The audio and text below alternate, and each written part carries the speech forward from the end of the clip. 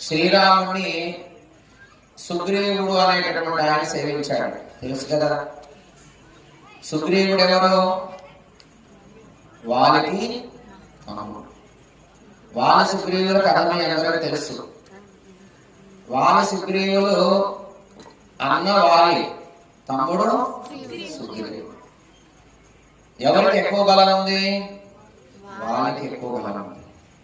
బలహీనులు భగవంతుడు సేవిస్తారు కదా.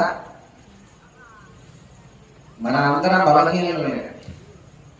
చాలా మంది అనుకుంటారు మామూలుగా అన్ని ఊళ్ళలో, ఎప్పుడు చూసిన వీళ్ళు పూజలే చేస్తున్నారు, వీళ్ళు ఇంకా పని ఉండదా అనుకున్నా సరే ధన్యత పొందింది సుగ్రీవుడే. వాళ్ళగా ఎందుకు పొందాడు సుగ్రీవుడు అని మనం చెప్పుకోవాలి. మరి